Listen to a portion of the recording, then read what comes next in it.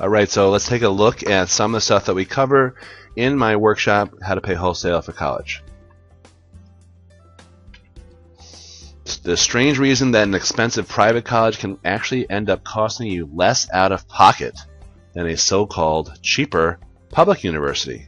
It is strange, but it's really not that strange once you figure out that it's because, spoiler alert, because private colleges actually have more money to give. What about some loopholes, money-making loopholes for what I refer to as forgotten middle-class families, meaning families that think that they shouldn't even bother looking into this stuff because they make too much money.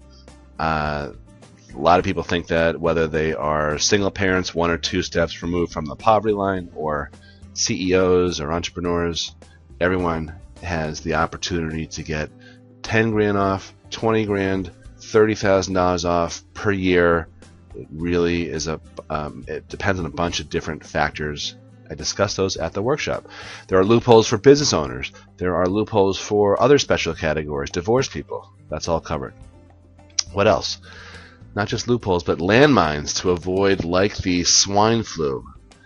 That was the pandemic of last year. At least I'm kind of topical. I didn't say bubonic plague, I guess.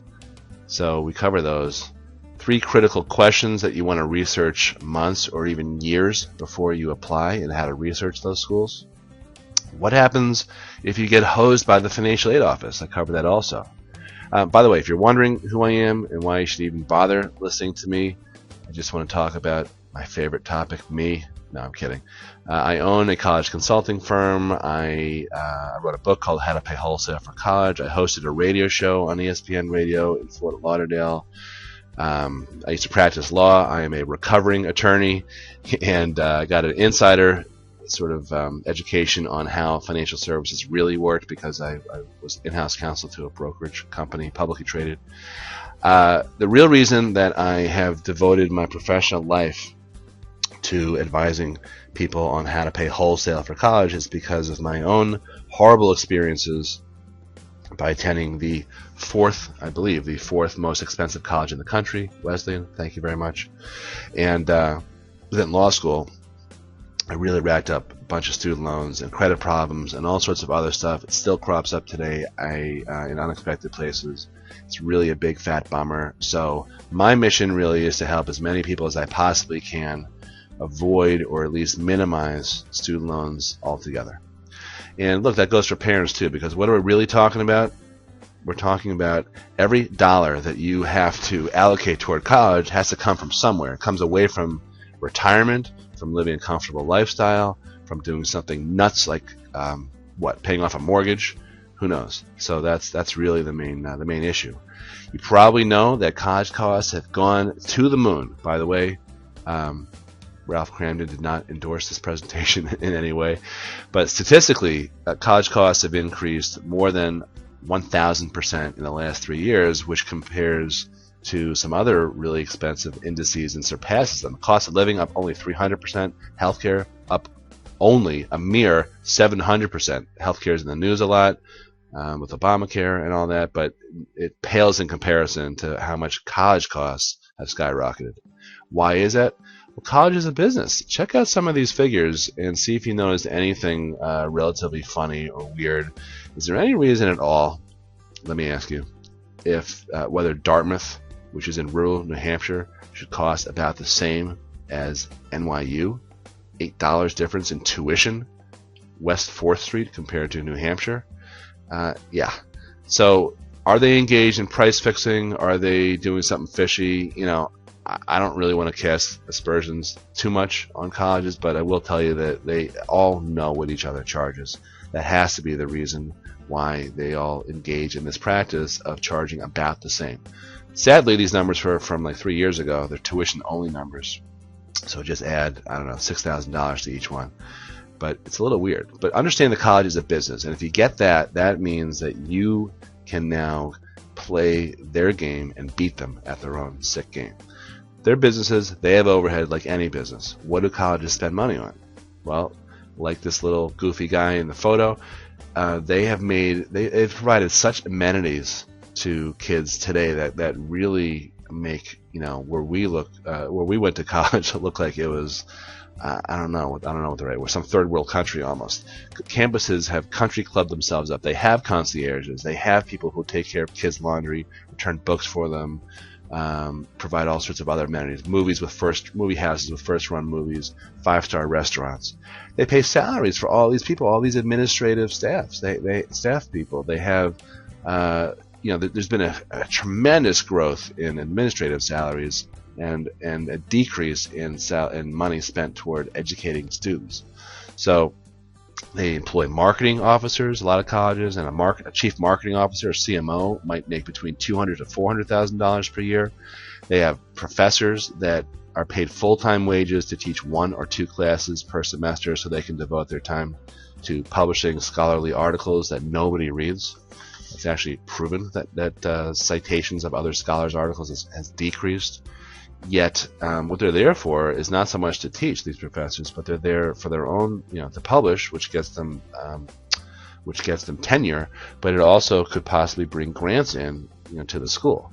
So that's really what they're there for. And then you've got university presidents who make huge salaries, healthy 6-figure, even sometimes deep 7-figure salaries. That's just an example of some of the overhead. Residences, formerly known as dorms, where you can't really call a place a dorm if it has flat panel TVs and granite countertops, and you've got these health facilities that are not these rinky-dink old basketball courts with a track over the head like at the YMCA or something. These are places with all sorts of state-of-the-art equipment, rock climbing walls, lazy rivers amenities that you might see only at Disney, but colleges brag about how big their hot tubs are, their pools are, their lazy rivers. It's mind-boggling to me. But maybe the biggest expense, and you guys probably know what I'm talking about, is in marketing. So if you have a kid who's a junior, maybe younger, but at least a junior, you'll know that you'll see every day you get something in the mail. Each week you get buckets of mailers. And you get these because your friend, the College Board, who administers the SAT, is also in a bunch of other businesses, including the sale of data.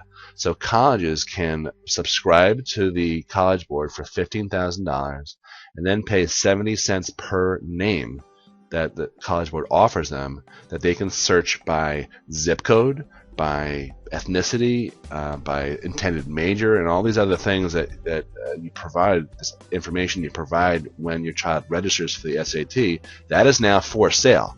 So schools like Northeastern University sent 200,000 pieces of direct mail last year. Northeastern was not originally one of these schools that was the best and the bright, where the best and the brightest kids went. Now they have spent over $150,000 to buy access so they can send out direct mail.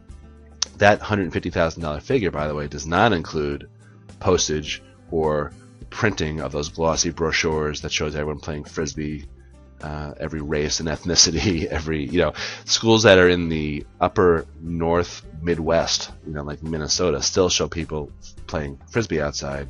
And God help you if you see a kid with a zit in one of these photos. No one has acne in college, apparently.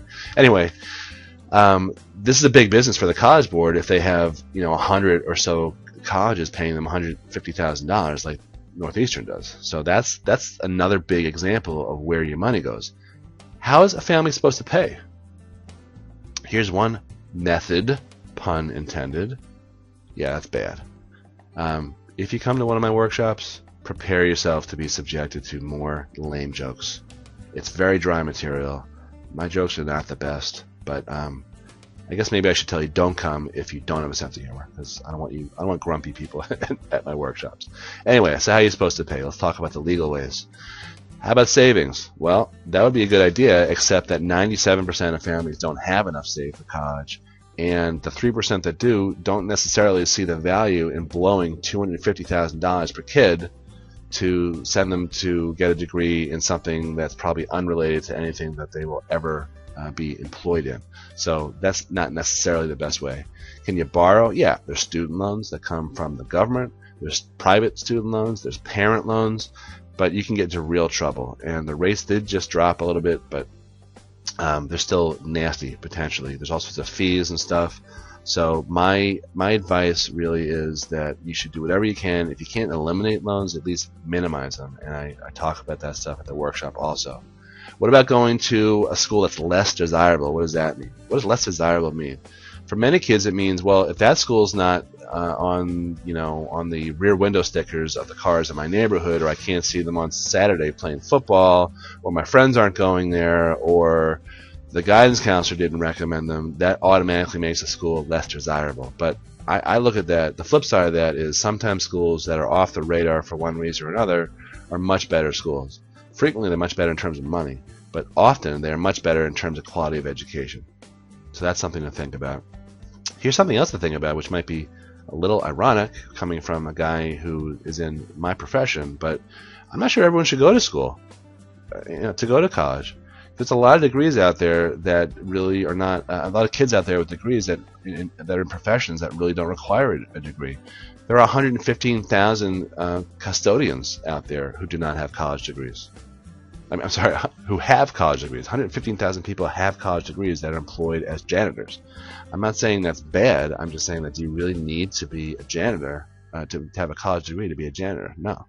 So really consider whether college is right for everyone. Look, I assume that the reason you're watching this presentation is because you don't think that it's okay for your kid to skip college, but I just thought it was fair to bring it up. So let me talk to you a little bit more about some of the myths that I want to address in terms of college. A lot of people think I shouldn't bother applying because I earn too much money. If you went and looked on any college website, I dare you to do this, and try to figure out how much money is too much in order to qualify for financial aid, you won't get a number. Because there isn't one. There isn't a number. Yes, I can tell you pretty much within 10 minutes if you're going to qualify for need-based financial aid, but I would still apply because you never really know. So that's the biggest myth. Another myth is my kid's grades are too low. Okay, yeah. Some money out there is based on grades, but the vast majority is not based on grades. It's based on need. It's based on other attributes, community service, what other characteristics your kids bring to the table. So just because you think your kid's grades are too low, look, if you have a D student, maybe they shouldn't be in college. But if you have a B or B plus solid type of student and decent, not necessarily set the world on fire SAT or ACT scores, there are 2,800 four-year colleges in the country. Guess how many colleges admit 50% or less out of that 2,800? Now, I can't hear you, but don't skip this exercise. Maybe I can hear you. Anyway, the real answer, whether I can hear you or not, is only about 90 schools admit less than 50% out of that 2,800 four-year college number. The vast majority of colleges out there want normal, strong students, and they will pay for it. So keep that in mind, please. What about whether you own a home? Does that count against you? Yeah. In some schools, about 200 colleges, they will factor that. But the vast majority of schools, the 2,800, will not factor that. So that's a myth. What about aid being only for special groups, meaning minorities or athletes or what have you?